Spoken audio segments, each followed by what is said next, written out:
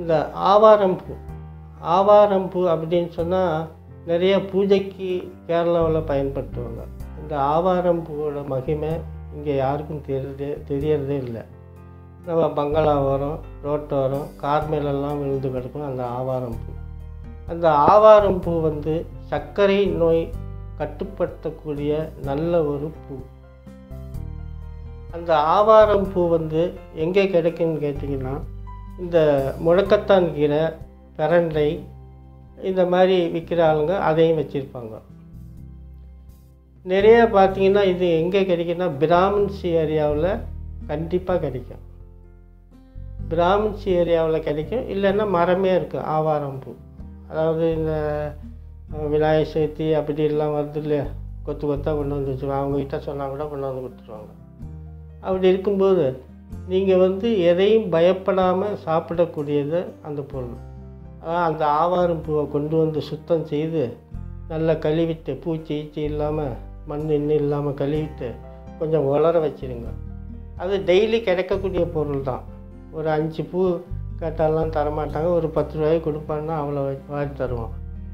அதை கொண்டாந்து ஃப்ரிட்ஜிலெல்லாம் வச்சு சாப்பிடக்கூடாது. அதாவது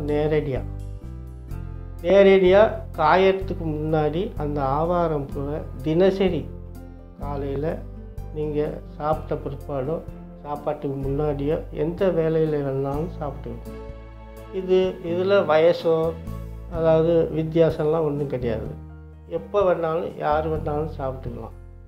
அதாவது தினசரி 5, அதாவது 30 வயசாக இருக்கட்டும், 25 இருக்கட்டும், 80 இருக்கட்டும், 100 இருக்கட்டும், யாராக இருந்தாலும் தினசரி 5 ஆவாரம்பூ காலையில் சாப்பிட்டா போதும். காலைலன்னா டிஃபன் சாப்பிட்டோம், இல்லை சாப்பிடாதுக்கு முன்னாடி தொடர்ந்து சாப்பிட்டு இருந்தீங்கன்னா உங்களுக்கு 4 நாளில் அந்த பலன் தெரியும். நீங்கள் போய் டெஸ்ட்டு பண்ணி பார்த்தீங்கன்னா, இது இப்போ பரவாயில்ல, இது சாப்பிட்றது அப்படின்னு தெரிஞ்சதுன்னு சொன்னால் நீங்கள் மெதுவாக வாய்க்கு ருசியாக என்ன வேணுமோ நீங்கள் சாப்பிட்டுக்கிட்டே வரலாம். அப்படி இருக்கிற போது நீங்கள் நடைப்பயனும் தேவையில்லை, மனசுக்குள்ள பயமும் தேவையில்லை. தைரியமாக என்ன வேணாலும் செய்யலாம். அதனால் நீங்கள் மறக்காமல் இந்த ஆவாரம்பூவை தொடர்ந்து சாப்பிட்டீங்கன்னா உங்கள் சர்க்கரை கட்டுக்குள்ளே வந்துருச்சுன்னா, அதாவது மினிமம் 150 இருக்கணும் அப்படின்னு சொல்கிறாங்க. எனக்கெல்லாம் பார்த்தீங்கன்னா 115 தான். சாப்பிட்றதுக்கு முன்னாடி டெஸ்ட்டு பண்ணால் 85, சாப்பிட்ட பிற்பாடு பார்த்தீங்கன்னா 115. அதாவது கரெக்டாக இருக்குது. இப்போது டாக்டர்கிட்ட போனால் ஒரு ஆப்ரேஷனோ ஒரு ஏதாவது பண்ணணும்னு வைங்க, காலில் அடிபட்டுருச்சு அப்படி செய்யணும், ஆப்ரேஷன் பண்ணணுன்னா சர்க்கரை இருக்கா அப்படின்னு டெஸ்ட்டு பண்ணுவாங்க. அப்போது சர்க்கரை அளவு கூடுதலாக இருந்தால் அவங்க அந்த ஆப்ரேஷன் நிறுத்திடுவாங்க. சர்க்கரை அளவை குறைச்சிட்டு அப்புறம் தான் அந்த ஆப்ரேஷனை தொடங்குவாங்க. அதனால் எதாக இருந்தாலும் பயப்பட வேண்டாம். நீங்கள் தினசரி இந்த 5 ஆவாரம்பூ சாப்பிடுங்க. உங்கள் சர்க்கரை கண்ட்ரோலுக்கு வந்துடும்.